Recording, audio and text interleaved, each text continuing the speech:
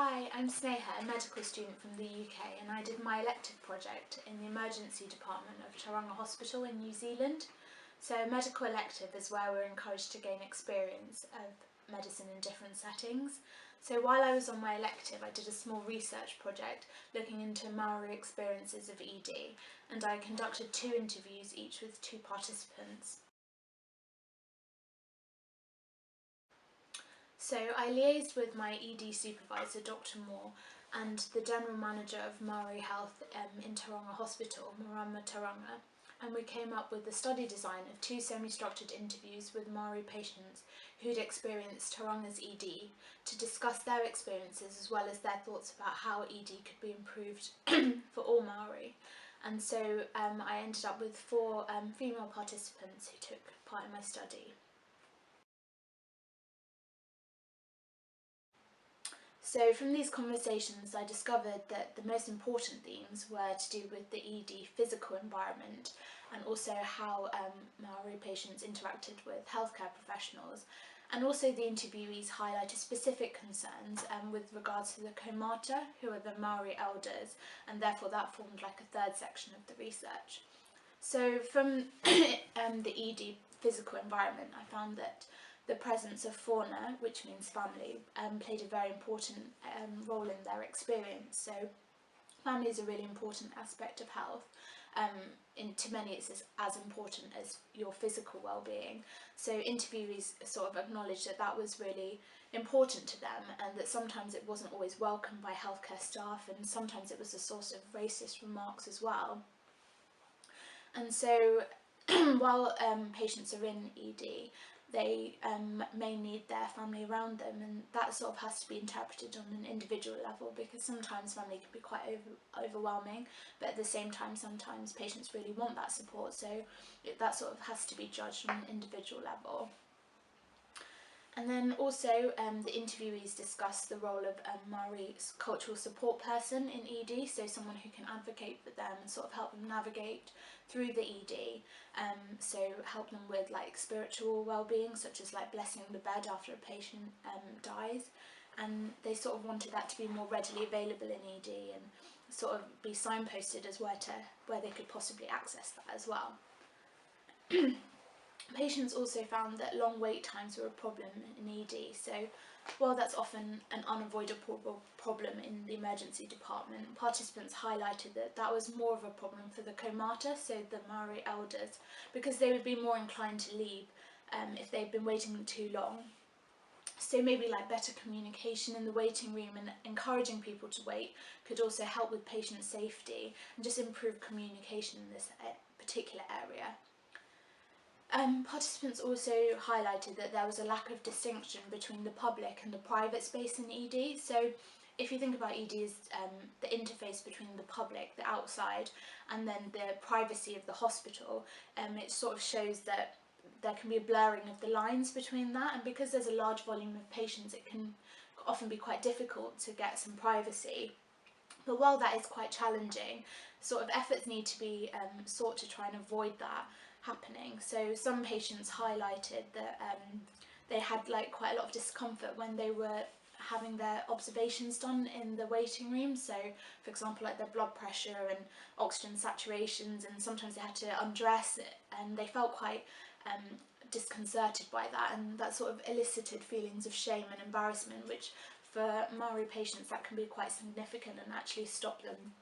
from representing to hospital another time if it's that uncomfortable. And finally they talked about the use of Te Reo Māori, which is the Māori language, because that can help ED feel more inclusive to Māori patients and give them a joint sense of ownership. So it would seem like it belonged to them because both languages would be used. And they also talked about healthcare professionals sort of striving to pronounce their names correctly and seeking clarification to help build that rapport between healthcare professionals and Māori patients, because it would seem like they were taking an interest. With regards to the second part of my research, I found that the way they interact with healthcare professionals played a big role in their overall experience. So the participants sort of highlighted to me that Māori feel they have a intrinsic understanding and knowledge of their own body, and sometimes that can often be underappreciated by healthcare professionals, and actually it's quite interesting because shared decision making in healthcare is something that everyone strives for. So actually just making sure that patients are given lots of information and given treatment options with the pros and cons to help them make informed decisions would help them feel as though that they are being taken seriously and that their understanding of their own body is being taken seriously too. One of the most pertinent parts of the research for me was actually the healthcare professionals and their introductions to Maori patients. So some of the participants highlighted this to me, and I thought it was very interesting because they highlighted the experience where they're called from the waiting room into the actual ED by like a healthcare professional, doctor or nurse, and they said that sometimes their name's being called out and then the doctor or nurse has already started walking away from them without really acknowledging them or introducing themselves at that stage. And they said that not establishing introductions and meaningful relationships at that time would be a great source of discomfort for the consultation later on, because that first meeting is actually really valuable and sets the tone for them about and informs them of what the person's going to be like later on. And they also highlighted that when medical students attend their bedside, the lack of introductions can be quite unnerving for them, and that also highlights that importance between making that distinction between the public and the private space. And so being invited to someone's private bed space requires some introduction as to who you are, so that was quite interesting as well. One of the patients even asked me if doctors are allowed to shake hands with their patients, which I thought was quite interesting, because shaking hands is quite a simple way of establishing a rapport very early on. And when I said that to the patient, she thought it was a great idea because it's a good, and she said it's a good way of establishing a spiritual link between themselves and the healthcare professional that they're talking to. And then there's always a need for continued education, and they said that it's really important to have that with annual refreshers every year, just to make sure that healthcare professionals understand and see Māori culture, for example spending time in the marae, which is the traditional meeting place, and witnessing what happens there, and just having that insight into someone's culture will help them understand their health even more so, and therefore help service provision. So the specific themes regarding Māori elders, the kaumata, is just that things like the delay in ED with the waiting times, not respecting the need for privacy, was seen as being much worse for Māori elders and would be more likely to cause them not to come to hospital again if they have a negative experience. And also participants said that the way they interpret medical information can be quite different, so things like written leaflets and stuff might not actually be that informative for them, and the actual things like visual aids and giving quite clear verbal instructions would be a lot more valuable to them. So although my study was small with 4 participants, I felt that it gave me a tremendous insight into Māori health and their experiences in ED. It would have been good to have the input of some Māori men to just gain some wider variety of themes, but I still felt like I got quite a nice insight into the healthcare that these 4 women were experiencing. And also because I'm from a different cultural background, it made it sometimes more challenging to understand some of the cultural issues that they raised, but the hospital's Māori health department really helped me to overcome those barriers.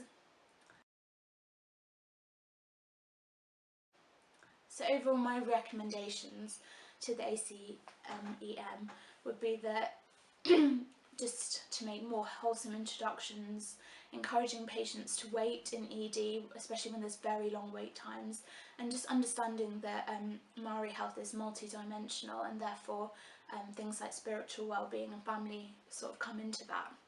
And also just trying to preserve privacy as far as possible in quite a public-private space like ED, and just making sure that people are given the ability to make informed choices of their own and just taking their own understanding of their own bodies quite seriously.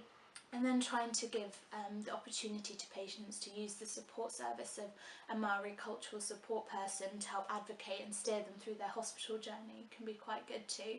And just incorporating language as far as possible, just to show that it's a shared space between Māori and non-Māori. So overall, this research has given me a lot of revelation about my own practice as a medical student and as a future doctor, and it's given me a lot of insight into a different culture. And just because the Maori culture was quite different to me and appeared complex, it wasn't a reason to shrink away and just think that I wouldn't be able to understand it. And the participants really highlighted to me the importance of holistic medicine, and has made me think about medicine as being more than just physical well-being, and that there are other dimensions to it. And they just highlighted very simple and practical ways in which ED could be improved, and I think I'll be using a lot of those suggestions in my own practice in the future, where if it's just waiting for someone to come in from a waiting room before I leave, and just including a handshake wherever I can. Thank you for listening.